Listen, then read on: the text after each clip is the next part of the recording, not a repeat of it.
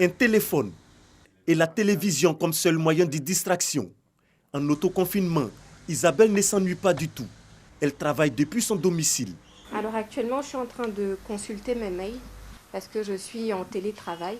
Et donc, il est important pour moi d'être en permanence connectée pour pouvoir traiter tous les dossiers. Le télétravail s'impose à Isabelle. La jeune dame, responsable de communication dans une structure, est en isolement pour avoir été en contact avec une personne testée positive au Covid-19. Bien qu'elle ne présente aucun signe de la maladie à ce jour, Isabelle reste à la maison, conformément aux mesures de prévention en vigueur. Et ils m'ont dit qu'il fallait en fait que j'aille en autoconfinement chez moi parce que je ne présentais pas de symptômes et qu'ils allaient en fait m'observer pendant une semaine renouvelable une fois. Donc c'est ce que j'ai fait. Donc je me suis tout de suite mise en autoconfinement donc chez moi. Tous les jours, il y a un médecin qui m'appelle pour voir en fait l'évolution de l'état de ma santé. C'est-à-dire est-ce que j'ai de la fièvre, est-ce que je tousse, est-ce que j'ai des courbatures, est-ce que je fais de la diarrhée, etc. Donc jusqu'à présent, Dieu merci, je n'ai pas de symptômes alarmants. Mise en quarantaine et contact permanent avec les services de santé, l'autoconfinement est l'une des recommandations pour freiner la propagation du coronavirus. Le message est bien perçu par Amara.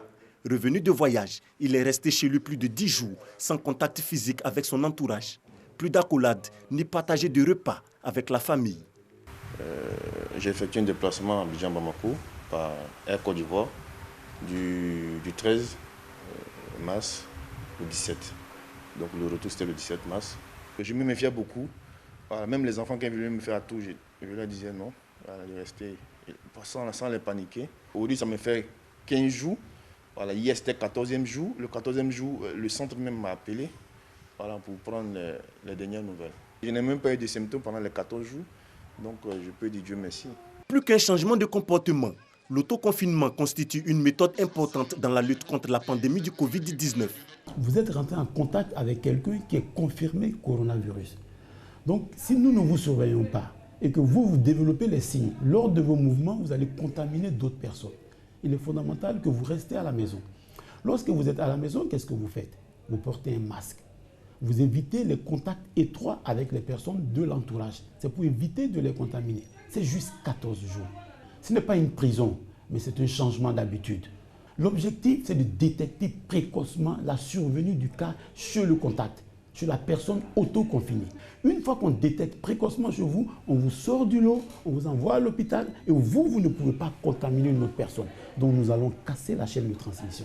C'est ça l'objectif de l'autoconfinement. Le Covid-19 sévit dans le monde. Les chiffres de personnes infectées sont toujours croissants.